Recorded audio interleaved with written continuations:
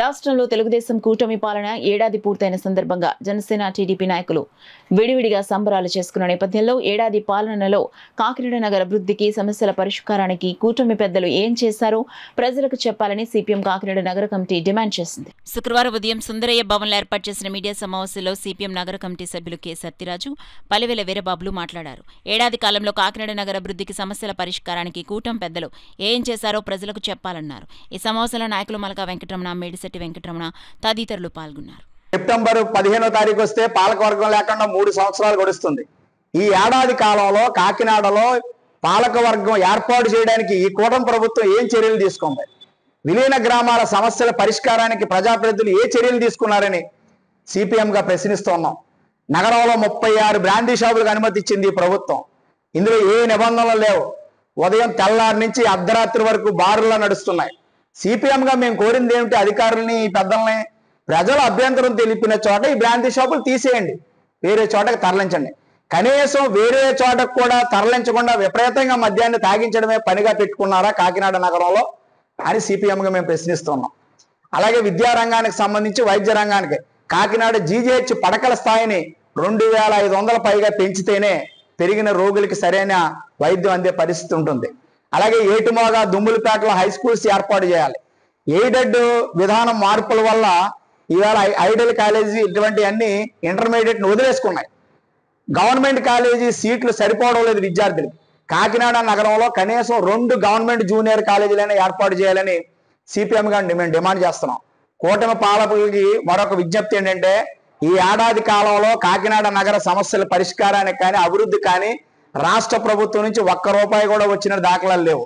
గౌరవ ఎమ్మెల్యే గారు కొండబాబు గారు ముఖ్యమంత్రి గారికి వినతిపత్రం ఇచ్చున్నారు.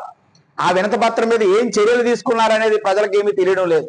కాబట్టి ఏడాది పాలన సంబరాల నుంచి ఇప్పటి నుంచి అయినా కాకినాడ నగర అభివృద్ధికి సమస్యల పరిష్కారానికి రాష్ట్ర ప్రభుత్వం నుంచి నిధులు రాబట్టడానికి కూటమి పెద్దలు కృషి చేయాలని విజ్ఞప్తి చేస్తున్నాం.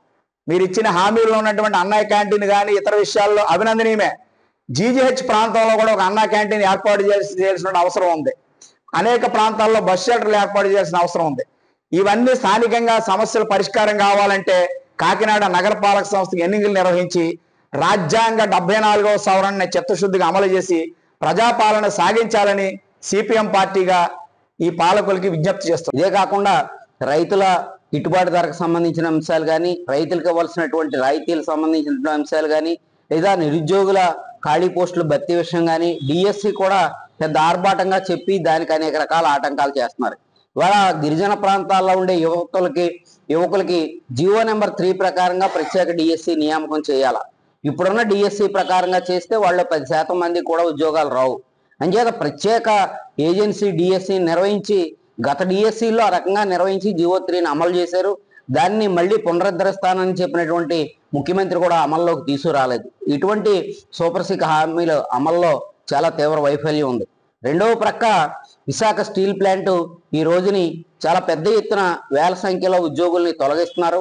కేంద్ర ప్రభుత్వం స్ట్రాటజిక్ పేరుతో ప్రైవేటీకరణ చేస్తానంటుంది. దానికి అనుగుణంగా మిట్టలకి అనుగుణంగా అనకాపల్లి దగ్గర నక్కపల్లిలో ఉన్నటువంటి పోర్టు ప్రైవేట్కి ఇచ్చేస్తున్నారు. అక్కడ మళ్ళీ దానికి పోటీ పరిశ్రమని ఇనుముక్కు పరిశ్రమను పెట్టి విశాఖ ఉక్కుని మొత్తం తొలగించడానికి ప్రయత్నం చేస్తున్నారు. గత 4 సంవత్సరాలుగా విశాఖ ఉక్కు కార్మికులు దీర్ఘమైన పోరాటం చేసి దాన్ని నిలబెట్టుకునే పరిస్థితి చేస్తున్నారు. అన్ని పక్షాలు కూడా వాళ్ళు అధికారంలో లేనప్పుడు అది నిలబెడతామంటున్నారు. అధికారంలోకి వచ్చిన తర్వాత దాన్ని ఊసెత్తుకోలేదు. ఈ రోజు ప్రధానమంత్రి గారు రేపు 21వ తేదీన యోగా దినోత్సవాన్ని చాలా పెద్ద ఎత్తున నిర్వహిస్తున్నారు.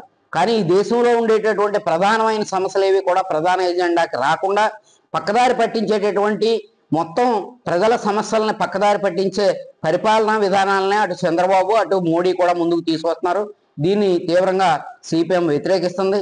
రెండవ ప్రక్క మహిళల మీద దాడులు తీవ్రంగా ఉన్నాయి. మతం పేరుతో మైనారిటీల మీద దాడులు కూడా పెరుగుతున్నాయి. వీటిని సిపిఎం తీవ్రంగా ఖండిస్తుంది.